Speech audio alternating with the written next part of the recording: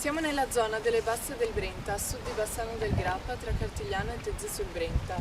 Qui si possono trovare 6 habitat naturali diversi, con una biodiversità di specie vegetali e animali davvero straordinaria. Andiamo a vedere. C'è l'ecosistema del prato stabile, l'ecosistema della roggia e della bordura umida, l'ecosistema dell'area umida, l'ecosistema delle aree boscate e del prato arido. Questi ecosistemi sono essenziali per la qualità della vita e la salvaguardia delle specie, che in Veneto sono ancora molto numerose, ma che devono essere salvaguardate, perché ora sono seriamente messe in pericolo dai cambiamenti climatici. Ma questo è un sito importante anche da un punto di vista storico. Qui avvenne infatti una drammatica battaglia. È il 24 settembre dell'899 d.C. Sulla riva destra il re Berengario I e il suo esercito di guerrieri provenienti da tutta Italia. su questa riva invece un'orda di Ungari che si stava in realtà ritirando e aveva già inviato una proposta di pace. Proposte che però vennero rifiutate e così, mentre l'esercito di Berengario si rilassava, i loro avversari ripassarono il fiume facendo una strage.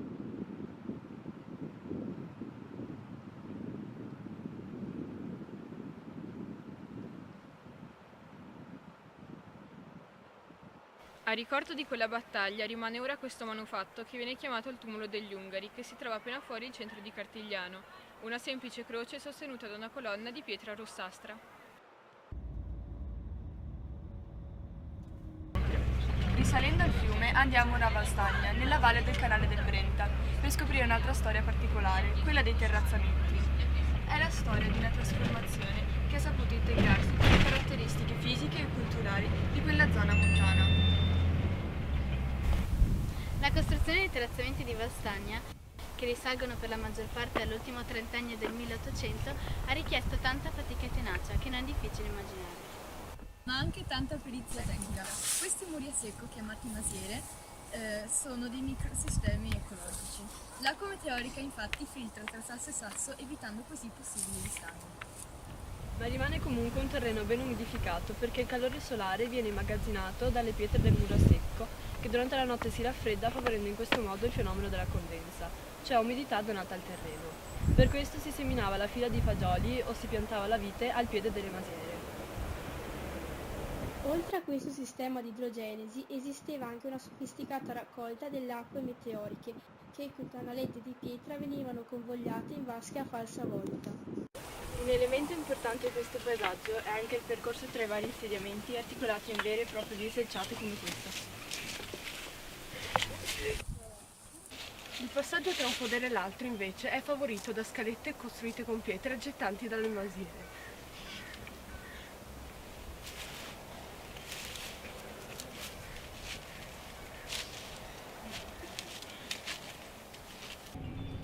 I terrazzamenti non solo sono un'opera d'arte ingegneristica ed uno straordinario ecosistema, ma danno anche un contributo essenziale al controllo e alla sicurezza idrologica dei pendimontani, che così non franano.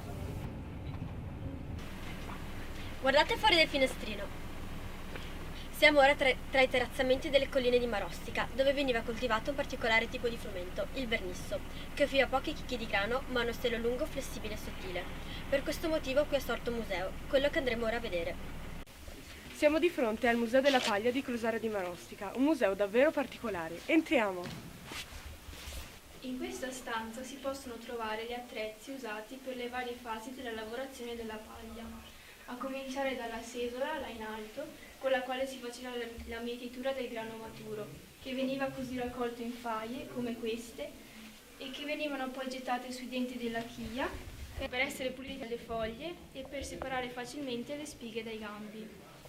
Dopo la scucatura, con la quale si spezzavano gli steli all'altezza del primo nodo, si ottenevano finalmente i fastughi, questi. Raccolti così i fastughi, si poteva cominciare, a seconda del loro diametro, a far dressa.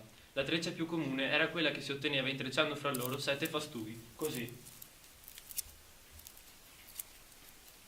I pacchi dell'adresso potevano poi essere venduti al pacaro che con la sua bicicletta passava di casa in casa per rivenderli a sua volta alle fabbriche di Marostica. I cappelli si confezionavano cucendo la treccia in cerchi concentrici come in questi casi oppure intrecciando direttamente i fastughi sulla forma di legno, come in questo esempio, o semplicemente cucendoli tra loro, come in quest'altro esempio.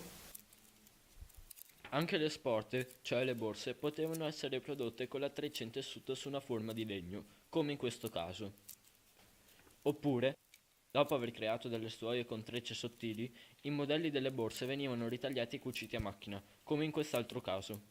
Questo museo ci testimonia l'arte di saper utilizzare un materiale povero per ottenere oggetti belli e utili. Un'arte che ha ancora oggi la sua validità, in cui si parla di un'economia che utilizza materiali ecocompatibili per salvaguardare i nostri ecosistemi.